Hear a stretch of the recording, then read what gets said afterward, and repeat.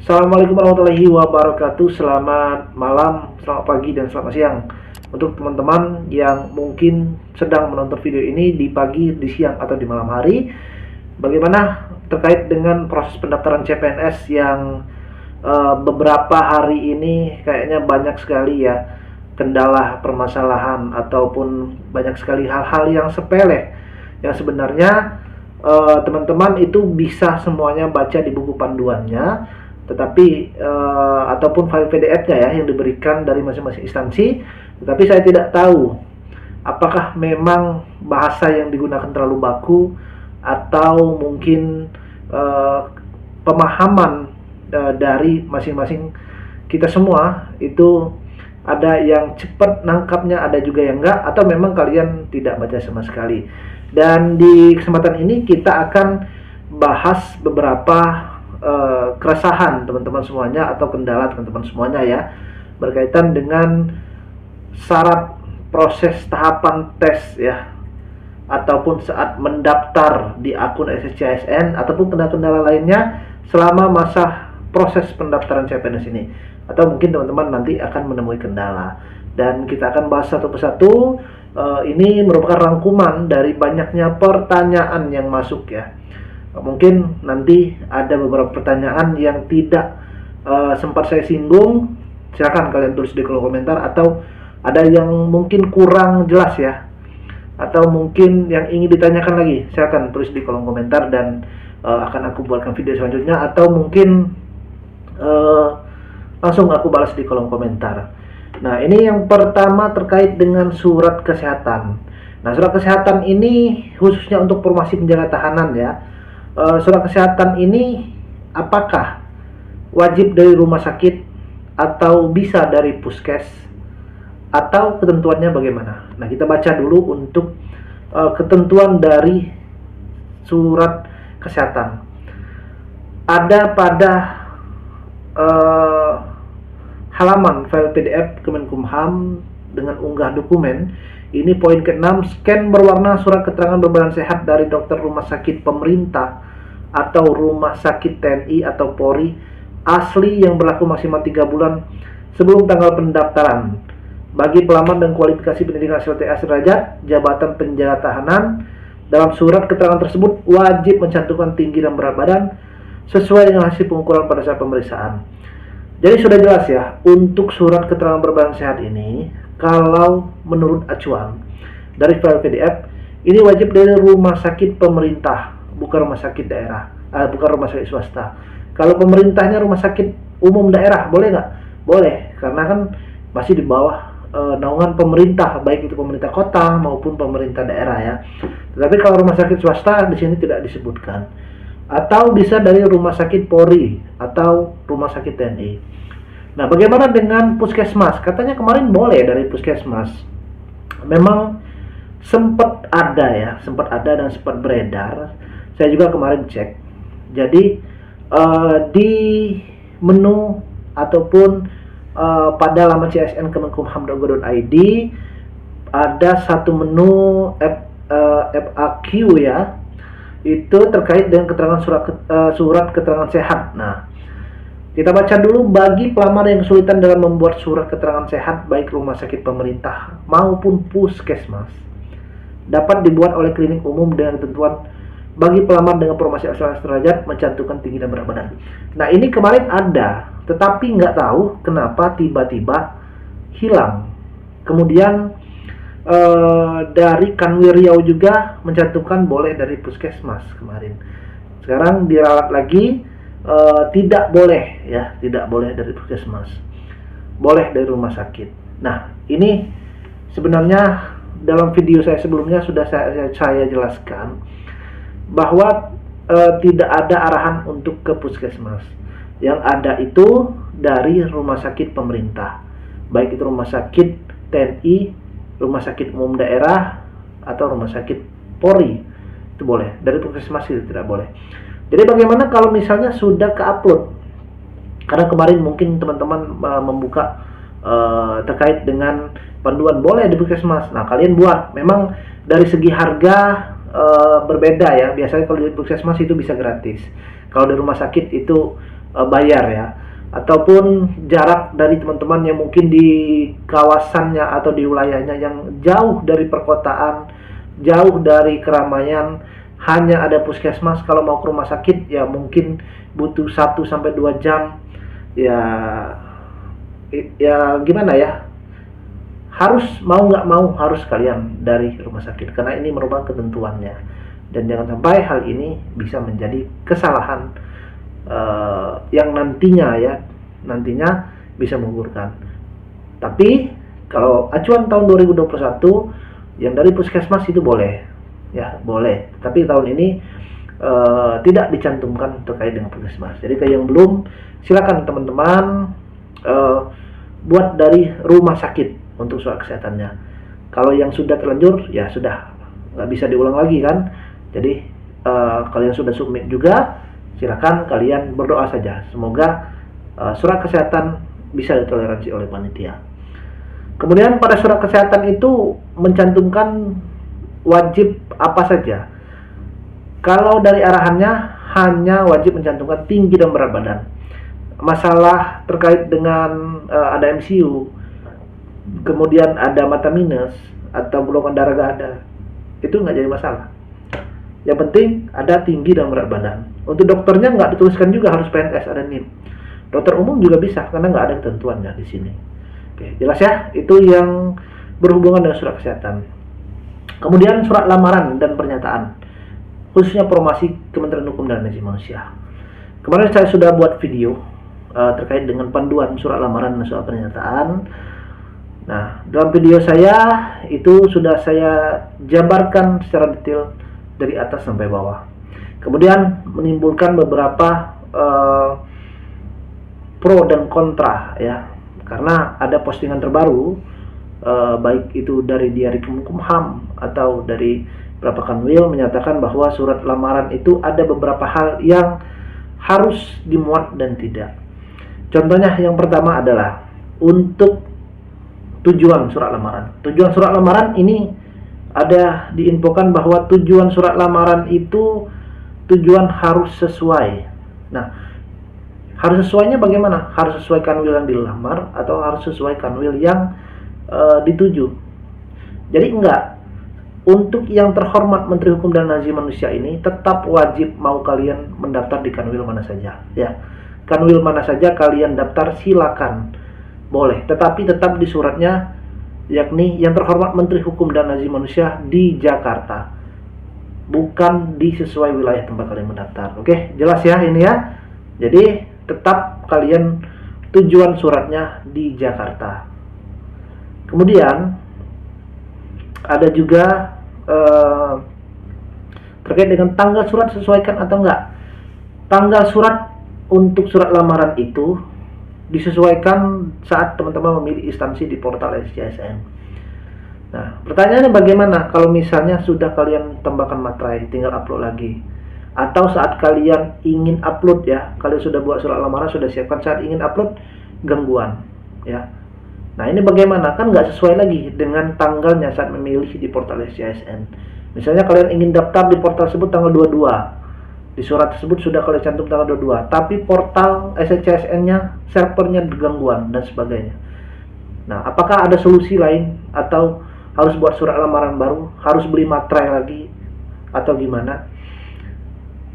Kalau kita mengacu ke tahun 2021 ya, sebenarnya surat lamaran untuk tanggalnya ini bebas kalian mau tanggalnya tanggal berapa. Misalnya kalian memilih formasi tanggal 22 ya. Nah, kemudian kalian sudah buat suratnya dari tanggal 21. Kalian maunya memang tanggal 21 ya daftar. Mungkin karena server dan sebagainya alhasil tanggal 22, tapi surat tanggal 21. Nah, pengalaman 2021 untuk tanggal ini kalian bisa sesuaikan selagi dalam masa pendaftaran. Masa pendaftaran tanggal 20 sampai 9 Oktober. Kalian surat lamarannya itu buatnya tanggal 23. Kalian daftarnya mungkin tanggal 22 ya atau 24. Nggak apa-apa. Karena masih dalam masa tanggal pendaftaran. Karena kita nggak tahu situasinya. Oke, kalau di surat lamaran itu tanggal 22 kalian langsung bisa upload surat lamaran dan sebagainya. Ya, sesuai. Tetapi kalau server webnya down, gimana? Kalian buat baru, beli baterai baru, ya, kalian ketik ulang, kan nggak seribet itu. Jadi sebenarnya hal ini opsional lah ya. Dalam artian selagi masih dalam masa pendaftaran, untuk tanggal di surat lamaran ini ya sah-sah saja, boleh. Ya. Kemudian selanjutnya adalah terkait dengan poin. Nah, ini poin dari surat lamaran. Dalam surat lamaran itu kan ada kurang lebih 10 poin. Ada postingan terbaru, katanya harus dihapuskan. Sesuaikan saja yang mana yang harus dicantumkan sesuai dengan yang kalian pilih. Kemudian ada juga yang dihapuskan, seperti nomor 8 surat pernyataan ijazah transkrip nilai asli Kementerian Penyelenggaraan Urusan Luar Negeri ya. Kemudian surat keterangan domisili, karena kalian nggak domisili ini gimana, mau dihapuskan atau enggak. Kemudian surat keterangan asli Papua ya. Nah ini kan kalian bukan dari wilayah Papua, daftar misalnya di Kanwil di luar Kanwil Papua ya. Apakah harus dihapuskan dan tidak, khususnya untuk poin 8, 9, 10. Nah kita lihat untuk keterangan di bawahnya. Itu ada bintangnya ya, bintang ini kayaknya. Ada bintang 1, 2, 3, 4. Untuk 1, coret atau hapus yang tidak perlu. Nah, ini bintang satunya berada di mana? Di atas. Di bagian saya yang bertanda tangan di bawah ini, tempat isi dokumen. Ada pria wanita, kemudian khusus putra-putri Papua dan Papua Barat. Nah, ini bisa kalian hapus ya. Karena sesuai arahan di bawahnya. Kemudian kita lihat untuk poin 8, 9, 10 ini ada bintang 2, bintang 3, dan bintang 4. Kita baca keterangan ketentuannya. Dipenuhi oleh pelamar lulusan perguruan tinggi luar negeri atau pesantren. Kemudian dipenuhi oleh pelamar jenis kebutuhan umum apabila lokasi yang dipilih tidak sesuai dengan domisili pelamar pada pada EKTP atau keterangan perkembangan EKTP. Dipenuhi oleh pelamar jenis kebutuhan putra-putri Papua dan Papua Barat. Nah, jadi untuk poin ini ya. Ini sekali lagi kita mengacu ke 2021. Memang disyaratkan di 2001 tidak ada panduan harus dihapus atau tidak, sama seperti tahun ini ya. Kemudian apakah kalau nggak dihapus gugur, atau misalnya kalau dihapus itu memang sudah yang paling benar. Nah untuk poin 8, 9, 10 tidak ada arahan di keterangan suratnya ini harus dihapus ya, tidak ada arahannya. Tetapi kalian bisa dihapus, bisa juga dibiarkan saja. Ya terpenting itu yang mana ya di surat lamaran ini? Yang terpenting itu adalah ada 3 poin yang paling penting ya. Yang pertama adalah surat lamaran kalian isi, kemudian isinya dengan benar ya, nama, tempat tanggal lahir sampai alamat email. Kemudian kalian upload sesuai pada tempatnya pada kolom unggah surat lamaran di SSSN. Ketiga, kalian kasih ematrai. 3 poin ini yang paling penting.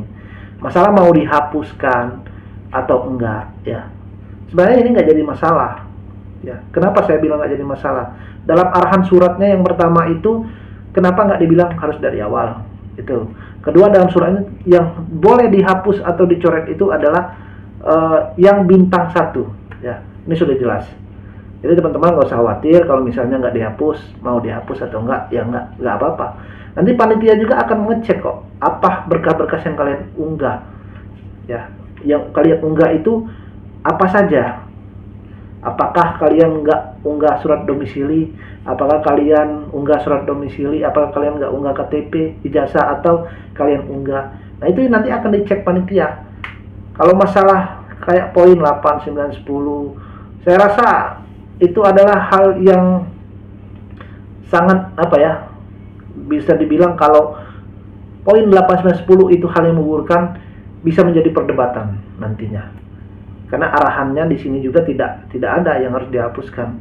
Ini dipenuhi oleh pelamar. Artinya poin yang ada bintang 2, 3, dan 4 artinya ini harus dipenuhi dalam surat lamaran ini. Dipenuhi dalam artian di mana? Harus diupload nantinya. Itu yang maksud dipenuhi. Oke, ini ya untuk surat lamaran. Kemudian ada juga terkait dengan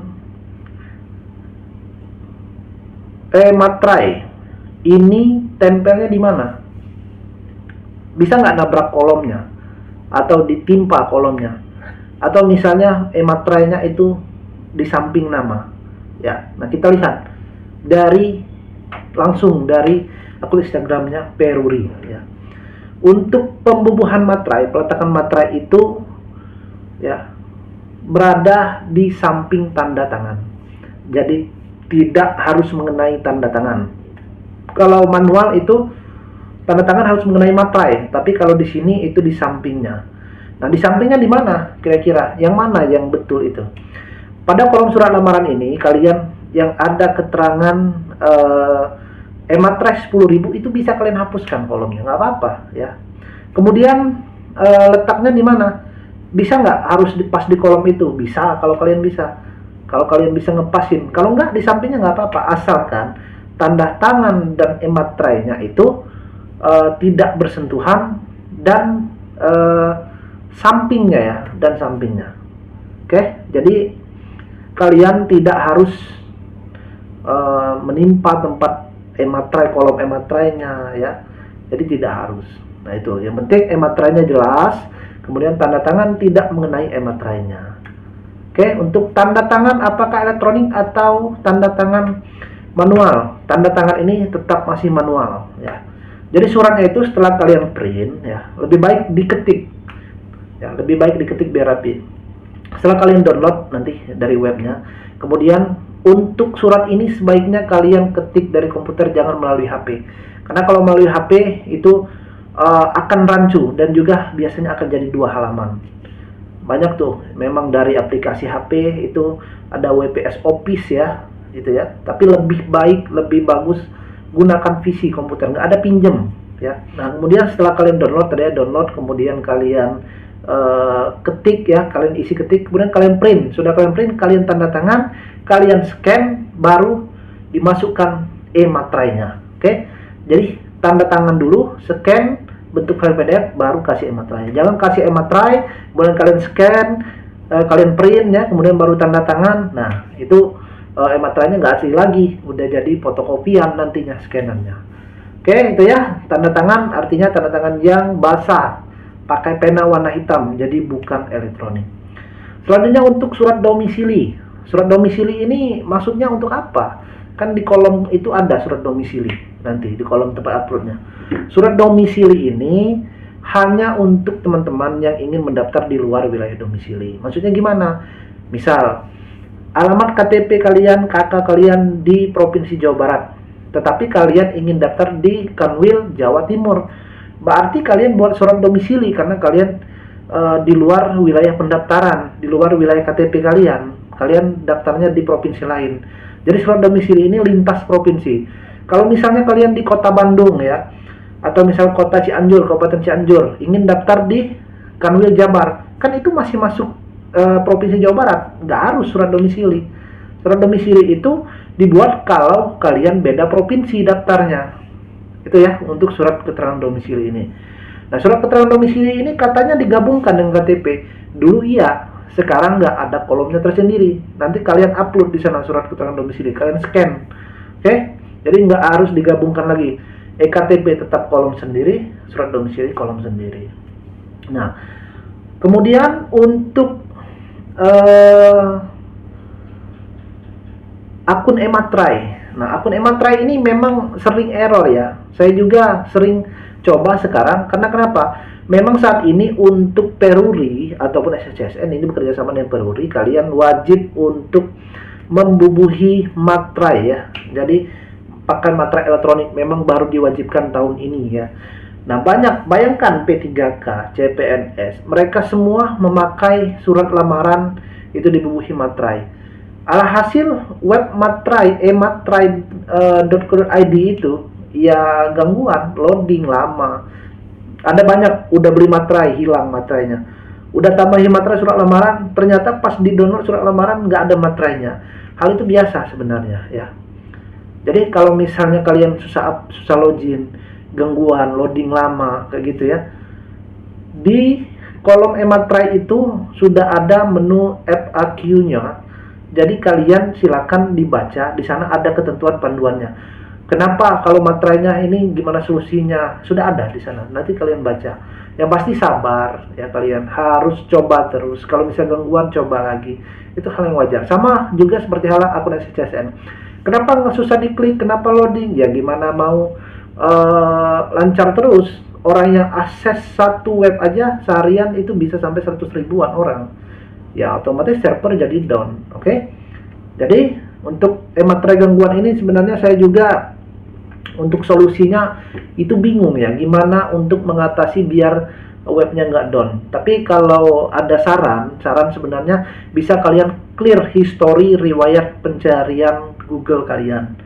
Ya, itu bisa sebenarnya sedikit membantu, atau memanfaatkan jam-jam di malam hari. Biasanya sinyal lagi kuat-kuatnya, atau orang banyak yang tidak mengakses, gitu ya. Nah, kemudian untuk kolom pekerjaan ya. Nah, ini ada kolom pekerjaan di akun SCCSN itu diisi atau enggak. Sudah jelas di buku panduannya ini opsional. Boleh diisi, boleh enggak. Apalagi kalau formasi penjaga tahanan. Formasi penjaga tahanan itu kan apalagi tamat SLTA kalian, baru tamat SMA. Emang kolom pekerjaan kalian apa di SMA? Belajar, itu enggak. Jadi cukup bisa diisi, bisa enggak. Jadi kalau nggak mau isi ya silakan, nggak apa-apa. Tapi kalau yang seperti mendaftar P3K ya, tenaga kesehatan, itu kan ada, karena mereka harus mencantumkan setidaknya di kolom riwayat pekerjaan ini mereka harus minimal bekerja, itu untuk syarat P3K, dan ini memang wajib. Jadi mereka diisi, harus diisi di sana. Tapi kalau yang seperti formasi penjaga tahanan nggak usah diisi, dilewatkan aja untuk kolom itu. Kemudian untuk scan warna. Nah, scan warna ini maksudnya gimana? Ini banyak yang bingung. Apakah dokumen tersebut di scan kemudian dikasih warna? Enggak ya. Jadi scan warna maksudnya berkas tersebut apakah sudah berwarna atau enggak sesuai dengan berkas aslinya. Kalau berkas aslinya seperti ijazah kan di sampingnya ada warna ya. Nah, itu kalian scan ya, itu ada warnanya. Tapi kalau seperti akte kelahiran kan yang baru sekarang seperti fotokopian, apakah harus ditambah filter warna merah, biru, kuning? Nggak harus, sesuaikan aja apa yang ada di surat warnanya ya seperti itu. Jadi nggak perlu ditambahin scan. Jadi ini sebenarnya permainan kata, tinggal kalian bisa nangkap atau enggaknya. Oke, itu jadi scan-nya sesuaikan dengan apa yang berkasnya yang ada. Itu ya. Kemudian lupa cetak akun. Nah, mungkin ada beberapa teman-teman yang lupa cetak kartu akun. Sudah buat akun, lupa cetak kartu. Lanjut login pendaftaran. Tenang, nggak apa-apa. Kalian nanti bisa login lagi. Lanjut login ya, memilih formasi dan sebagainya sampai upload dokumen. Di bawah kolom upload dokumen itu ada tempat untuk kalian cetak ulang kartu akun ya, atau cetak kartu akun. Nah, di sana ada, nanti kalian cetak. Sebenarnya kalau kalian kelupaan pas cetak kartu akun itu nggak jadi masalah ya, karena di tahapan pendaftaran login milih formasi nggak ada lagi kartu akun itu dipinta atau digunakan. Kalau dulu memang ada, kalian khusus untuk swap foto sambil pegang kartu akun. Kalau sekarang kan swap foto udah digabungkan sama pembuatan akun, itu pun hanya menampilkan wajah jelas, nggak pakai pegang KTP, kartu akun dan sebagainya. Jadi santai aja. Kalau kalian kartu akun ini lupa cetak, langsung aja kalian nanti login, pilih di menu unggah dokumen bagian bawahnya ada. Oke, itu ya. Pembuatan akun boleh nggak 2 kali? Nggak boleh, cukup sekali. Biasanya kan nanti terdata kalau 2 kali itu nick sudah digunakan atau kalian sudah buat akun. Oke, kemudian apalagi nih? Ukuran ya. Nah, ukuran dari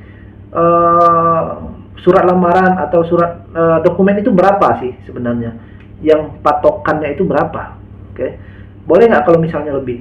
Jadi masing-masing formasi ya yang kalian lamar itu di kolom unggah dokumennya itu berbeda-beda. Setiap tahun unggah dokumen itu ketentuan berapa KB-nya, ukurannya itu berbeda-beda.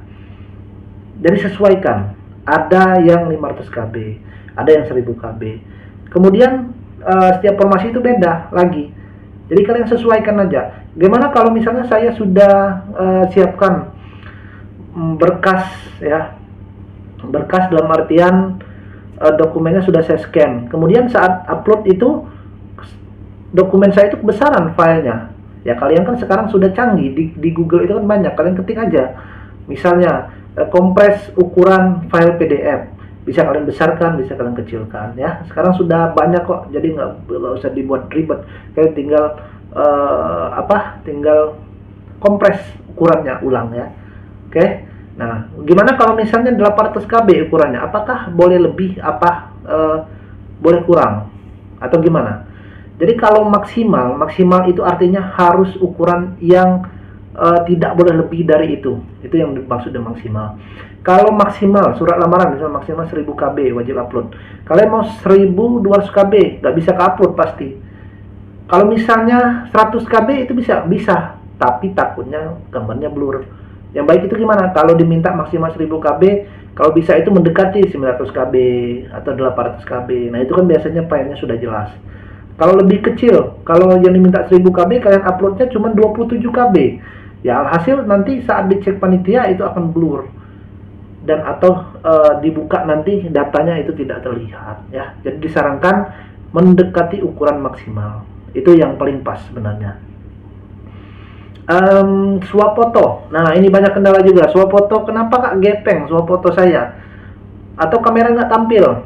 Nah, ini kalian kalau dari HP atau dari Chrome, kalau ini bisa kalian setting. Nah, kalian buka Google Chrome, kemudian kalian pilih setting, selanjutnya kalian pilih setelan situs, dan kalian di sini bisa melihat ada lokasi, kamera, mikrofon, dan sebagainya. Kalian klik kamera. Nah, ini nanti kameranya kalian izinkan di sana ya. Nah, ini biasanya nanti akan tampil. Oke, kalau diizinkan nanti ada tampilnya apa yang web yang diizinkan, SCSN misalnya. Ini akan tampil di sini. Atau rotasi layarnya kalian. Jadi di HP itu kan ada pengaturan rotasi layar. Jadi kalau kalian balik seperti ini, nanti ikut gambarnya. Nah, ini bisa juga mempengaruhi. Kalian pastikan rotasinya ini dalam keadaan off ya. Jangan kalian on-kan untuk rotasi layarnya. Itu untuk swap foto ya. Kemudian boleh buat akun tapi tunda daftarnya, boleh nggak? Boleh, nggak apa-apa ya. Jadi misalnya kalian tanggal 22 buat akun, kemudian kalian nanti mau menyiapkan berkas dulu dan sebagainya. Tanggal 1 Oktober baru mau pendaftaran loginnya, boleh nggak? Boleh, nggak apa-apa. Selagi dalam masa pendaftaran. Masa pendaftaran tanggal 20 sampai 9 Oktober. Kalian mau buat akun 8 Oktober, memilih formasi login 9 Oktober terakhir ya, boleh, nggak apa-apa. Jadi nggak harus selesai dalam 1 hari. Oke, jadi mungkin itu beberapa keresahan dari teman-teman semuanya. Semoga bisa membantu dan menjawab ya. Oke, jika teman-teman masih ada pertanyaan silahkan tulis di kolom komentar, dan mungkin akan aku bahas secara langsung atau nanti akan aku buatkan video yang lainnya. Oke, yang pasti intinya adalah jangan terlalu dipusingkan hal-hal yang kalian anggap sebenarnya hal itu sepele ya. Dalam artian kalau kalian sudah sesuai dengan syarat dan panduan yang kalian baca, jadi itulah kenapa penting file PDF di share itu kalian baca, kalian teliti perkatanya. Sebenarnya sudah jelas, tinggal pemahaman kita masing-masing saja. Oke teman-teman semuanya, terima kasih sudah menyempatkan menonton video ini. Silakan jika kalian merasa video ini bermanfaat, share ke teman-teman lainnya, dan jika butuh bimbingan ya, persiapan terkait dengan proses persiapan, kalian bisa ikuti bimbel yang masih dibuka ya, baik itu untuk CPNS atau untuk sekolah kedinasan ke depannya nanti. Silakan kalian bisa hubungi saya langsung DM ke Instagram saya. Terima kasih itu teman-teman semuanya, semangat semuanya, jangan ambil pusing kalau lelet dan sebagainya, itu hal yang biasa. Anggap saja perjuangan kalian menjadi orang sukses. Semangat semuanya, saya Rio, assalamualaikum warahmatullahi wabarakatuh.